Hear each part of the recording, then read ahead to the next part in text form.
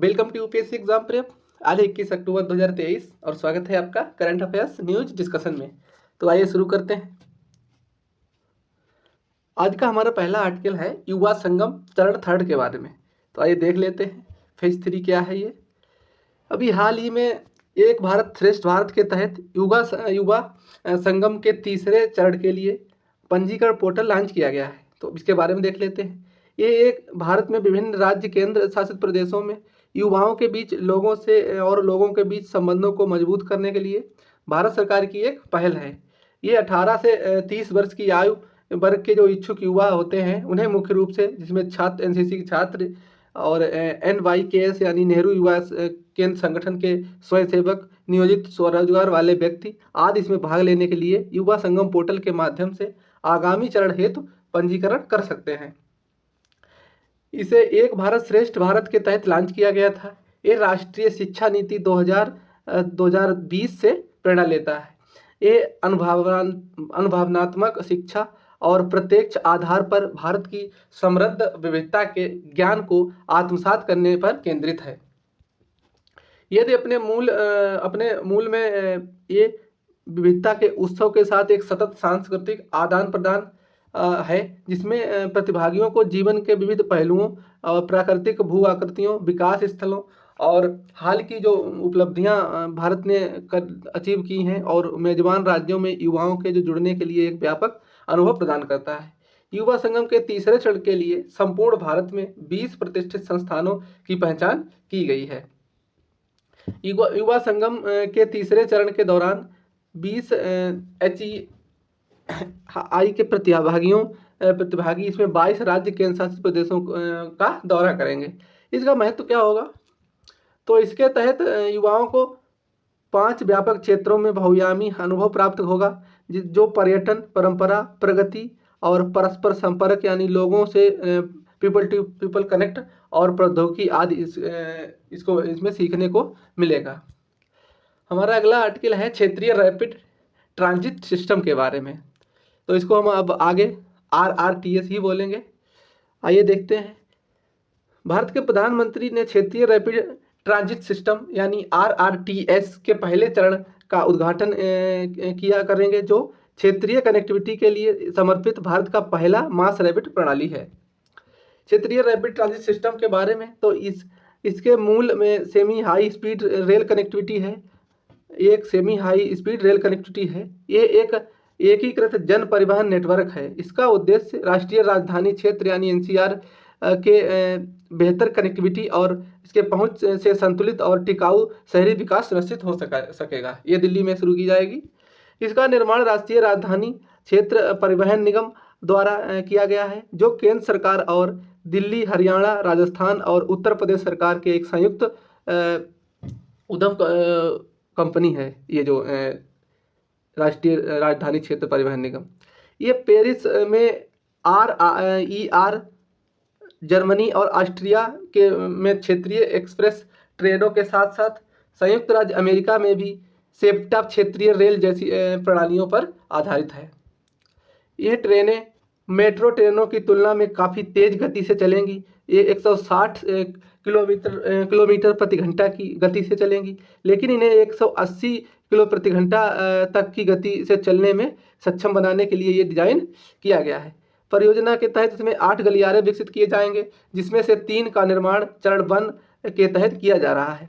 82 kilometre लंबा ये दिल्ली से गाजियाबाद, मेरठ और 164 किलोमीटर लंबा दिल्ली गुरुग्राम SNB और अलवर और 103 किलोमीटर लंबा दिल्ली पानीपत गलियारा है। इस प्रणाली का महत्व क्या है? तो RRTS नेटवर्क मेट्रो की तुलना में तेज है और ये उन यात्रियों की सुविधा प्रदान करेगा जो कम समय में NCR में अपेक्षाकृत लंबी दूरी की यात्रा करना चाहते हैं।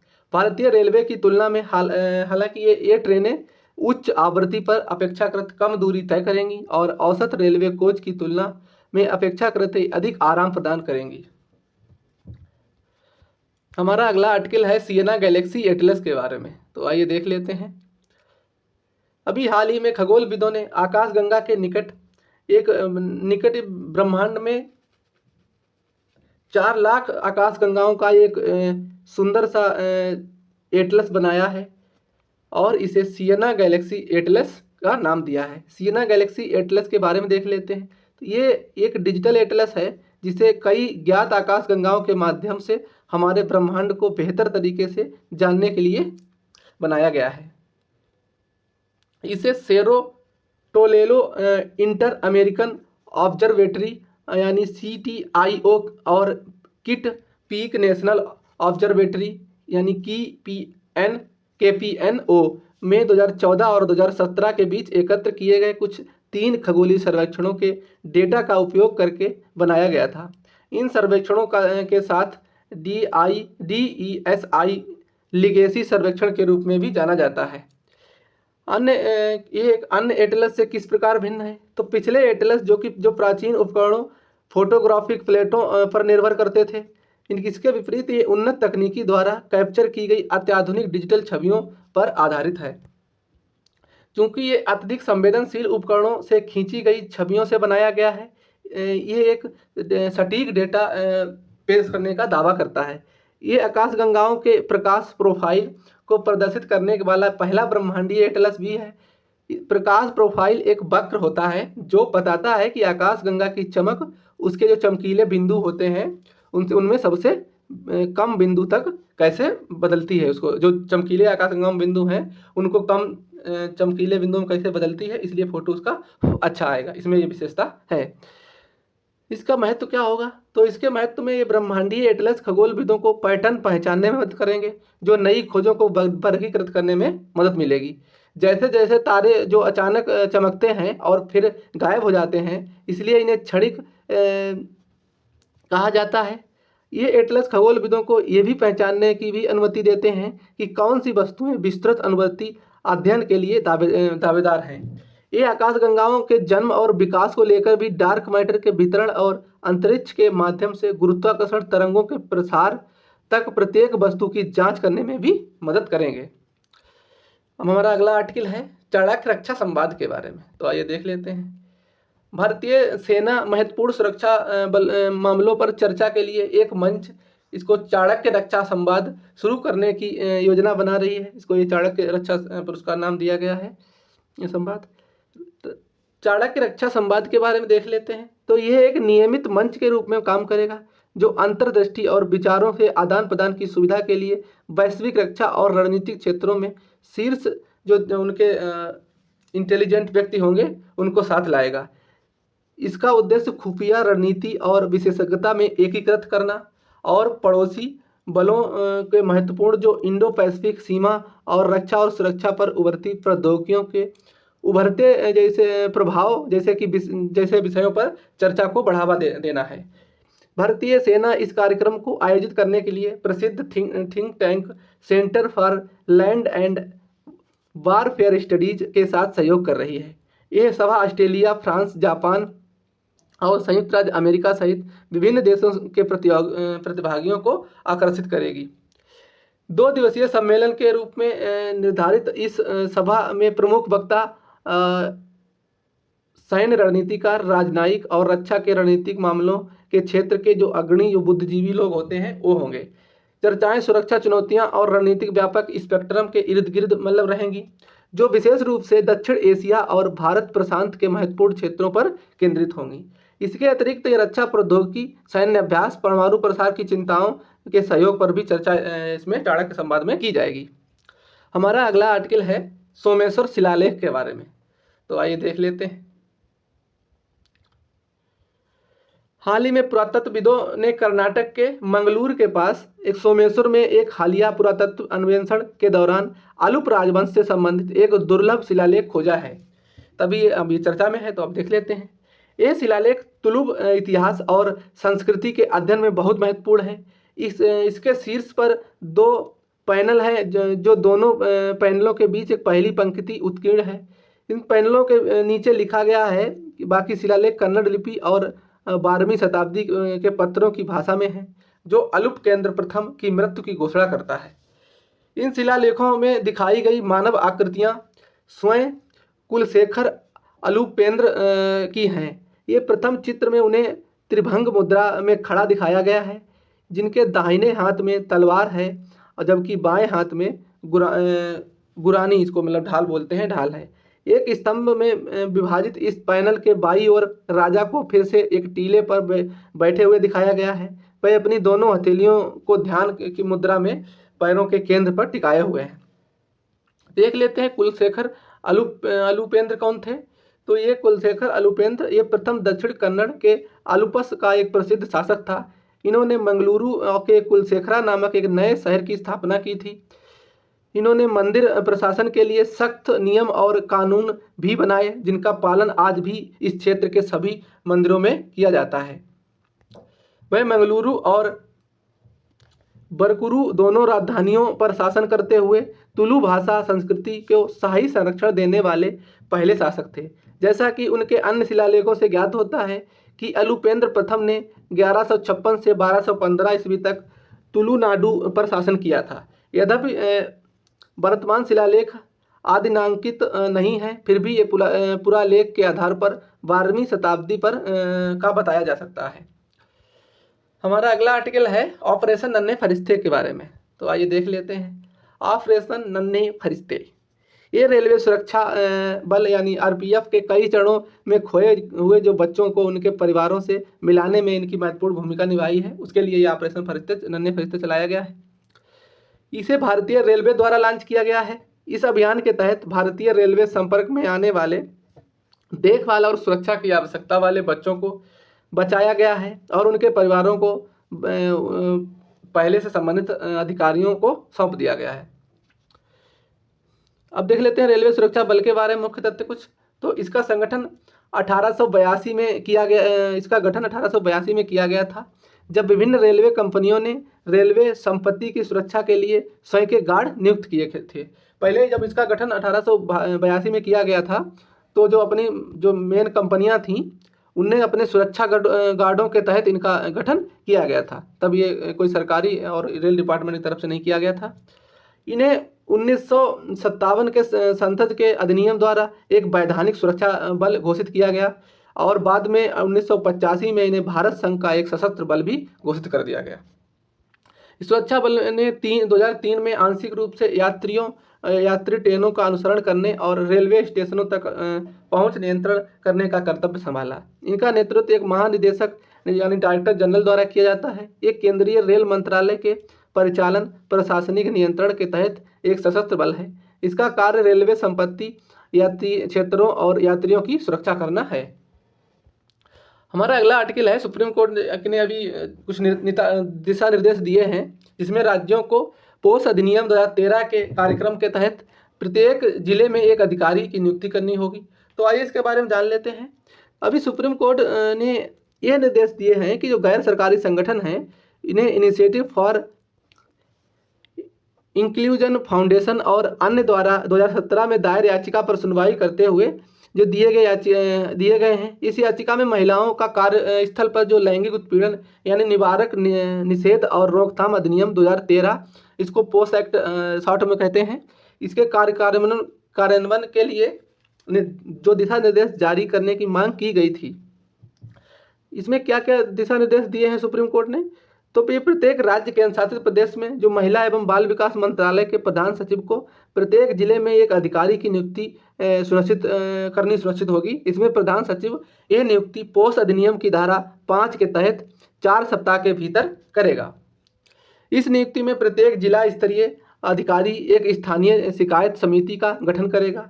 यह उन समिति उन महिलाओं से प्राप्त शिकायतें दर्ज करेंगी जो 10 में से कम कर्मियों वाले जो लघु प्रतिष्ठान होते हैं। ऐसे प्रतिष्ठानों में जहां आरोपी स्वयं के नियोक्ता होते हैं, यानी उन्हीं के कोई रिश्तेदार वगैरह होते हैं और पड़ोसी, ये कार्यस्थल पर हैं। ये अधिनियम की जो धारा 6 है, इसमें स्थानीय शिकायत समिति के गठन का भी प्रावधान किया गया है। इस स्थानीय समिति का अध्यक्ष और प्रत्येक सदस्य अपनी नियुक्ति की तारीख के अधिकतम 3 वर्ष की अवधि के लिए पद पर बने रहेंगे। नियुक्ति की तारीख जिला स्तरीय अधिकारी निर्धारित करेगा।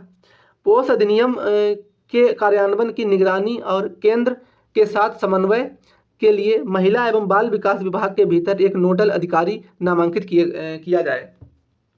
प्रत्येक राज्य केंद्र शासित प्रदेश सरकार को निर्देश और अनुपालन संबंधी एक समेकित रिपोर्ट जो 8 सप्ताह के भीतर केंद्र सरकार को सौंपनी होगी। केंद्र सरकार सभी रिपोर्ट्स संग्रह करेगी तथा इसे राज्य में अनुपालन में व्याप्त कमियों की पहचान और उनका समाधान करेगी। इसके बाद केंद्र द्वारा न्यायालय के निर्देश के अनुपालन का 12 सप्ताह के भीतर एक समेकित शपथ पत्र दाखिल करेगी। पोस्ट अधिनियम 2013 के बारे में थोड़ा सा जान लेते हैं। तो ये कानून है कार्यस्थल पर महिलाओं के खिलाफ जो यौन उत्पीड़न के कृत्यों को रोकने और उनको प्रतिबंधित करने तथा उनका निवारण के लिए ये बनाया गया है पोस्ट अधिनियम। इस प्रकार इस कार्यस्थल को महिलाओं के लिए सुरक्षित बनाने का प्रयास इस कानून के तहत किया जा रहा है। और यह अधिनियम 1997 में सुप्रीम कोर्ट द्वारा जारी विशाखा जो गाइडलाइन थी उसके दिशा निर्देशों पर आधारित है। हमारा अगला आर्टिकल है जो अफगानिस्तान में बार बार भूकंप क्यों आ रहे हैं उसके बारे में थोड़ा जान लेते हैं। अभी हाल ही में अफगानिस्तान के हेरात शहर के उत्तर पश्चिम में 6.3 की तीव्रता का भूकंप आया, जिसके तहत कुछ समय बाद ये 5.4 की तीव्रता से भूकंप के झटके उसके बाद महसूस करे गए। तो ये अब ये देख लेते हैं कि इसमें अफगानिस्तान में बार बार भूकंप आते क्यों हैं, इसके लिए उत्तरदायी कारण क्या है। तो ये अफगानिस्तान ये यूरेशियाई प्लेट पर स्थित है। इसमें दक्षिण अफगानिस्तान में अरब और भारतीय प्लेटें जो अरबी आपस में मिलती हैं तथा उन्हें यूरेशियन प्लेट के नीचे आ जाती हैं। जैसे इसमें ये अरब और भारतीय प्लेटें जो आपस में मिलती हैं, जो ये भारतीय प्लेट है जिससे हमारा हिमालय बना है, ये भारतीय प्लेट से जो अरबी प्लेट मिलती है और इसके सेंटर पे ही ये अफगानिस्तान स्थित है। तो ये एक दूसरे से प्लेट टकराती है, तो ये जब दोनों प्लेटें आपस में टकराएंगी तो कंपन होगा ही, और इसी के सेंटर पे अफगानिस्तान पड़ जाता है। यही कारण है यहाँ पे बार बार भूकंप आने के। भूकंपीय तरंगों के प्रकार क्या होते हैं। तो भूगर्भिक तरंगें ये 2 प्रकार की होती हैं, जिसमें ये पृथ्वी के आंतरिक भाग में गति कर सकती हैं। इसमें पी या प्राथमिक तरंगें होती हैं। ये पी तरंगें ये संपीड़न तरंगें यानी कंप्रेशनल वेव्स होती हैं। ये धरातल पर अधिक नुकसान नहीं पहुंचाती। ये तरंगें पृथ्वी के कोर से होकर गुजर सकती हैं। और दूसरा होती हैं एस या द्वितीयक तरंगें इनको बोलते हैं। इन्हें अनुप्रस्थ या आड़ी तरंगें शेयर वेव्स भी कहा जाता है। ये तरंगें अपने गमन की दिशा में लंबवत भाग में धरातल को नुकसान पहुंचाती हैं।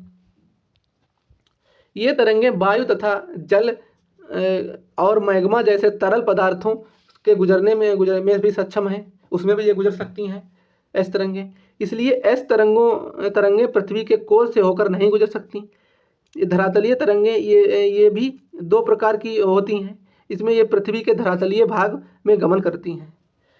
रेले तरंगें ये तरंगें पृथ्वी की सतह पर लहरों के समान चलती हैं। लव तरंगें ये तरंगें गमन की दिशा में समकोण और क्षैतिज रूप से कंपन करती हैं। भूकंप के दौरान पृथ्वी की सतह पर आने वाले पहली तरंग पी तरंग होती है। ये पहले तीव्र गति वाली तरंग होती है, इसके बाद एस तरंग पहुंचती है। सबसे अंत में लव और रेले जो सबसे धीमी तरंग सतह पर पहुंचती है। भूकंप और भूकंपीय तरंगों के बारे में। तो भूकंप भूमिगत चट्टान के खिसकने के कारण पृथ्वी का अचानक व तेजी से कंपन होना जब होता है तो इसी को भूकंप कहते हैं। भूकंप के दौरान उत्पन्न ऊर्जा कंपन के रूप में पृथ्वी की परतों से होकर गुजरती है, जिसे भूकंपीय तरंग कहा जाता है। हमारा अगला आर्टिकल है दोहरा कराधान बचाव समझौता के बारे में।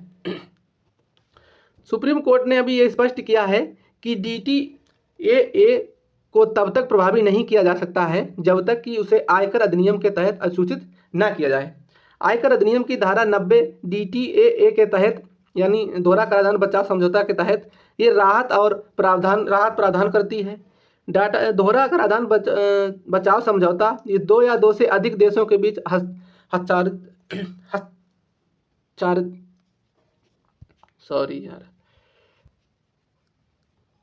हस्ताक्षरित एक संधि है। यह इसका उद्देश्य ये है कि इन देशों का करदाता एक ही आय पर 2 बार कर चुकाने से बच सकते हैं। यह उन मामलों में लागू होता है जहां करदाता एक देश में रहता है और दूसरे देश में वो आय अर्जित करता है। हमारा अगला आर्टिकल है लिटिल आइस एज के बारे में। तो आइए देख लेते हैं। एक हालिया अध्ययन के तहत भारत के पश्चिमी घाट में LIA यानी लिटिल आइस एज के दौरान आर्द्र जलवायु की उपस्थिति के साक्ष्य प्राप्त हुए हैं। लिटिल आइस एज ये पिछले 10,000 वर्षों से सर्वाधिक सर्द कालों में से एक था। यह शीत काल था। इस युग को विशेष रूप से उत्तरी अटलांटिक क्षेत्र के साथ संबंधित इसको किया जाता है। ये 16वीं से 19वीं शताब्दी के बीच की अवधि को लिटिल आइस एज माना जाता है। इस शीतकाल को पूरे यूरोप में फसलों को नष्ट होने, अकाल और महामारी के लिए भी जिम्मेदार माना जाता है। इसके परिणाम स्वरूप लोगों को भारी कष्ट झेलना पड़ा था और लाखों लोगों की इसमें मृत्यु हो गई थी। लिटिल आइस एज के लिए ज्वालामुखीय गतिविधियों से उत्पन्न एरोसॉल और उसके द्वारा सूर्य के प्रकाश का परावर्तन जिम्मेदार था। इससे पृथ्वी की सतह का तापमान कम हो गया। ये जो होती है एरोसॉल होती है, ये काली राख की तरह होती है और ये जब पृथ्वी पर या बर्फ में गिरती है तो ये एक परत बना लेती है। इससे सूर्य की जो किरणें आती हैं वो इसी के अंदर नहीं जा पाती हैं, तभी ये नीचे का जो होता है वो अपने आप बहुत ज़्यादा ठंडा हो जाता है। हमारा अगला आर्टिकल है पारंपरिक इत्र उत्पादन के बारे में। तो ये कन्नौज ने अपने पारंपरिक इत्र उत्पादन के लिए प्रसिद्ध है। इस शहर को ये समृद्ध सदियों पुरानी है। इत्र फूलों और जड़ी बूटियों के अर्क से बना एक सुगंधित तरल पदार्थ होता है। ये कन्नौज भारत में सुगंध और फ्लेवर उद्योग के लिए महत्वपूर्ण केंद्र है, जो देश के निर्यात के लिए योगदान देता है। इसलिए इसे इत्र नगरी के नाम से भी जाना जाता है। भारत दुनिया का सबसे बड़ा इत्र निर्यातक है। ये कन्नौज का जो परफ्यूम इत्र को इसमें भौगोलिक संकेतक टैग प्राप्त हुआ है, इसलिए हमने ये चर्चा में आया था आर्टिकल, इसलिए हमने चर्चा की है। हमारे सारे आर्टिकल ख़त्म हो गए। अब ख़त्म करते हैं डिस्कशन को। Thank you.